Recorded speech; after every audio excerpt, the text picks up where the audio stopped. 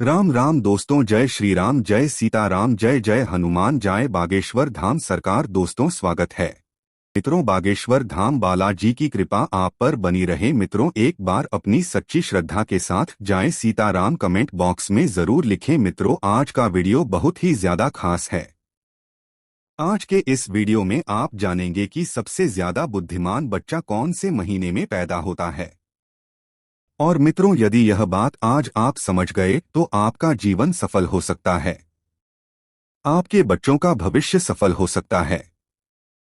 और मित्रों, इस बात को हर व्यक्ति को लिए समझना चाहिए ताकि उनको यह मालूम हो कि कौन से महीने में जन्म हुआ बच्चा सबसे ज्यादा बुद्धिमान होता है। और दोस्तों, आज के वीडियो में हम आपको संतान प्राप्ति का अचूक उपाय भी बताएंगे। दोस्तों, वीडियो शुरू करने से पहले जो लोग हमसे नए जुड़े हैं वो लोग हमारे चैनल को सब्सक्राइब करें, बेल आइकन ऑन करें, अच्छे अच्छे कमेंट किया करें ताकि हमारी हर एक आने वाली वीडियो का नोटिफिकेशन सबसे पहले आपको प्राप्त हो सके और आप उसका फायदा उठा सकें। हम इस चैनल पर रोज नई नई ज्ञान की चर्चाएं लेकर आते रहते हैं। मित्रों, आप हमारे इस चैनल को जरूर सब्सक्राइब कीजिए। हमारे द्वारा बताई गई जानकारी वेद, शास्त्र, पुराण, एआरसी मुनियों और प्राचीन शस्त्र से संबंधित होती है, इसीलिए हमारे द्वारा दी गई जानकारी बिल्कुल सही और सटीक होती है। तो आइए शुरू करते हैं।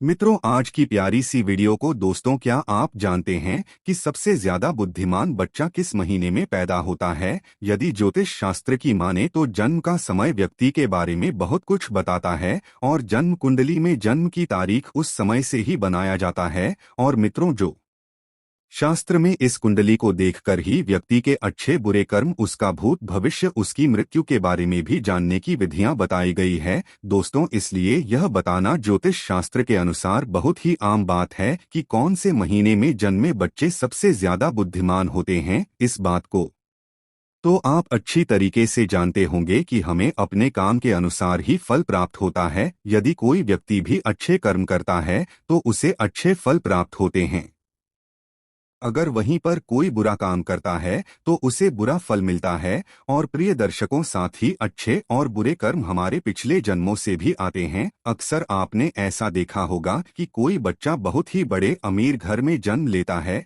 और उस बच्चे का जीवन बहुत ही सुख सुविधाओं से घिरा हुआ होता है। और कई तो ऐसे हालात में भी पैदा होते हैं जिनका घर बहुत ज्यादा गरीब होता है। वो लोग दाने दाने को मोहताज होते हैं, बदन पर कपड़े नहीं होती है, सुबह के लिए खाना मिल जाए तो शाम को खाने की कोई आस नहीं होती, यदि शाम के लिए भोजन मिल जाए तो सुबह को मिलने की कोई आस नहीं होती। उनका जीवन बड़ा ही दो भरा होता है। मित्रों, अभी छोटे से बच्चे ने कोई काम नहीं किए हैं, फिर यह कैसे संभव है? एक छोटे से नवजात बच्चे को सब कुछ अच्छा अच्छा ही मिल रहा है और गरीब घर में पैदा होने वाले बच्चे को दुख पीड़ा में जीवन व्यतीत करना पड़ रहा है। उसका जीवन बड़ा ही दुखदायी है। ऐसा हमारे पूर्व जन्मों के कर्मों के ऊपर निर्धारित होता है। जिस बच्चे ने अमीर घर में जन्म लिया है उसने अपने पूर्व जन्म में कुछ न कुछ अच्छे कर्म जरूर किए होंगे, और जिस बच्चे ने गरीबी में जन्म लिया है उसने जरूर कोई न कोई बुरा कार्य किया होगा। प्रिय मित्रों, इसी तरीके से कर्मों के अनुसार व्यक्ति को शरीर और बुद्धि की प्राप्ति होती है। कई लोग अपने शरीर से बड़े ही स्वस्थ होते हैं। ये लोग कुछ भी खाली सभी को पचा लेते हैं और कभी बीमार नहीं होते हैं। और दूसरी तरफ कुछ लोग ऐसे भी होते हैं जिनका शरीर कभी भी स्वस्थ नहीं रहता है। ये लोग दलिया के अलावा और कुछ नहीं खा पाते हैं और समय समय पर दवाइयाँ लेते रहते हैं, गोलियां खाते रहते हैं और हर समय बीमार पड़े रहते हैं। दर्शकों, यह सब कर्म के आधार पर निर्धारित होता है। जिन लोगों ने बहुत ज्यादा अच्छे कर्म किए हुए होते हैं उन्हें एक स्वस्थ शरीर प्राप्त होता है, और वहीं पर जो लोग पाप किए हुए होते हैं उन लोगों के लिए दुख पीड़ा वाला शरीर प्राप्त होता है। वे हर समय किसी न किसी बीमारी को लेकर बीमार पड़े रहते हैं और बीमार पड़े रहने से वो लोग अपने बुरे कर्मों का फल भोगते हैं। मित्रों, इसी तरीके से जिन व्यक्तियों ने अच्छे कर्म किए होते हैं उन्हें अच्छी बुद्धि प्राप्त होती है, जिसे इस्तेमाल करके भी जीवन की उपलब्धियां हासिल कर सकते हैं और सुखपूर्वक अपना जीवन व्यतीत करते हैं। और वहीं पर जो लोग पाप कर्म की होते हैं उन्हें मंद बुद्धि प्राप्त होती है, जिनके चलते वह कभी सफल नहीं हो पाते हैं, हमेशा आफत का सामना करना पड़ता है। अब हम आपको बताते हैं कि कौन से महीने में जन्मी हुई बच्चे सबसे ज्यादा बुद्धिमान होते हैं। दोस्तों, जनवरी और फरवरी के महीने में जन्मी हुए बच्चे बहुत ही ज्यादा बुद्धिमान होते हैं। जनवरी फरवरी में जन्मे बच्चे अपने आप पर विश्वास रखते हैं, अपने आप पर यकीन रखते हैं और बचपन से ही अपने जीवन की डोर अपने हाथों में ले लेते हैं।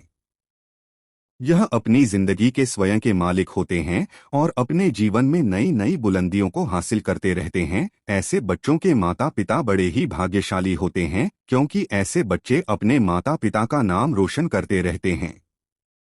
मित्रों, मार्च और अप्रैल में जन्मे हुई बच्चे बड़े ही क्रोधी स्वभाव के होते हैं। ये बच्चे बात बात पर गुस्सा करते हैं, बात बात पर नाराज होते हैं और अपने आप के लिए सबसे ज्यादा सर्वश्रेष्ठ बनाने की कोशिश में लगे रहते हैं। अपने काम सुधारने के लिए किसी का नुकसान करने में भी पीछे नहीं रहते हैं और इसके साथ ही साथ ऐसे लोग बहुत ज्यादा शक्तिशाली भी होते हैं। ये लोग अपने कैरियर को बनाने के लिए अन्याय का सहारा लेते हैं और उन्हें इस बात को लेकर जरा भी अफसोस नहीं होता है। इसके बाद मई और जून में जन्मे हुई बच्चे बहुत ही ज्यादा भाग्यशाली होते हैं। मित्रों, मई जून में जन्मे बच्चों का दिल बड़ा ही साफ होता है, साथ ही साथ दूसरे लोगों की सहायता करने की हमेशा कोशिश करते हैं, लेकिन इनका भाग्य साथ नहीं देता है। यह अक्सर लोगों के द्वारा दिए गए धोखे का शिकार बन जाते हैं और व्यापार के मामले में इन्हें भारी नुकसान का सामना करना पड़ता है। ये बच्चे अपना भविष्य खुद ही निश्चित करते हैं, चाहे इसके लिए इन्हें धर्म के मार्ग पर चलना पड़े या धर्म के मार्ग पर चलना पड़े। प्रिय दर्शकों, जुलाई और अगस्त के महीने में जन्मे हुई बच्चे बड़े ही दयालु स्वभाव के होते हैं। यह बहुत ही ज्यादा भाग्यशाली और सरल स्वभाव के होते हैं। यह दूसरों की सहायता करते हैं और अपने माता पिता की सेवा करने से कभी भी पीछे नहीं हटते हैं। इस महीने में जन्मे हुई बच्चे दूसरे लोगों की नजरों में महान बनने का प्रयास करते रहते हैं और अक्सर इनको सफलता भी प्राप्त होती है। दोस्तों, सितंबर और अक्टूबर के महीने में जन्मे बच्चे बड़े ही भाग्यशाली होते हैं।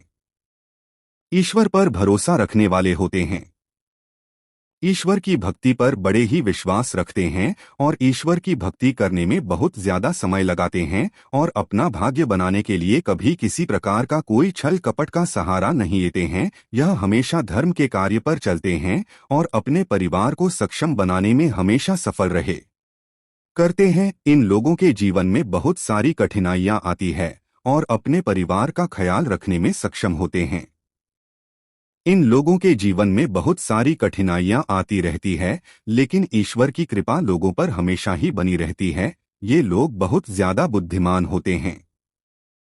प्रिय दर्शक, नवंबर और दिसंबर के महीने में जन्मे बच्चे अपने विचारों में स्थिर होते हैं। यह दूसरों की भावनाओं को समझने में सक्षम हुआ करते हैं और नवंबर और दिसंबर के महीने में जन्मे बच्चे अपने परिवार के साथ और देशभक्ति के कार्य में समय बिताना पसंद करते हैं। दूसरे लोगों की मदद करने की कोशिश करते रहते हैं। इनके जीवन में भी एक न एक समस्याएं आती रहती है, लेकिन दूसरों की मदद करने की और अपने स्वभाव के कारण बच जाते हैं। ये लोग पूरी जी जान के साथ अपने माता पिता की सेवा करते हैं और उनके आशीर्वाद पर विश्वास रखते हैं। अब दोस्तों, बात कर लेते हैं संतान प्राप्ति का प्राचीन काल का महा उपाय और संतान प्राप्ति के कुछ नियम। दोस्तों, गरुड़ पुराण के अनुसार संतान प्राप्ति की कामना के दिन स्त्री और पुरुष दोनों का चित्त प्रसन्न और मन शुद्ध होना चाहिए।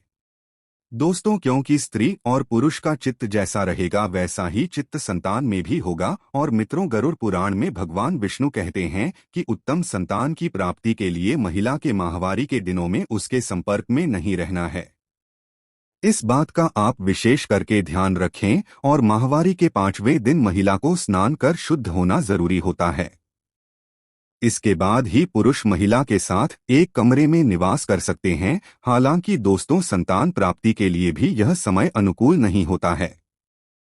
मित्रों, माहवारी के साथ दिन पश्चात महिला देवताओं और पितरों की पूजा करने योग्य मानी जाती है। इसलिए उत्तम चरित्र या चरित्रवान संतान के लिए 7वें दिन के बाद ही गर्भाधान के लिए प्रयास करें। मान्यता है कि सम दिनों में गर्भाधान से पुत्र और विषम दिनों में गर्भाधान से पुत्री की प्राप्ति होती है। दोस्तों, गरुड़ पुराण के अनुसार पुत्र रत्न की प्राप्ति के लिए महिला के मासिक धर्म समाप्त होने के 8वें, 10वें, 12वें, 14वें और 16वें दिन यानी सम दिनों के मिलन से पुत्र प्राप्ति की संभावना अधिक होती है। वहीं दोस्तों, पुत्री प्राप्ति के लिए मासिक धर्म के विषम दिन जैसे 9, 9वां, 11, 13, 15 और 17 दिन बताए गए हैं। प्रिय दर्शकों, आज की वीडियो में यह थी कुछ खास जानकारी। दोस्तों, आपको यह वीडियो कैसा लगा हमें जरूर बताएं है और साथ ही सच्ची श्रद्धा से कमेंट में जरूर लिखे। हर हर महादेव। राधे राधे। देवों के देव महादेव सदैव आप पर अपनी कृपा बनाए रखें।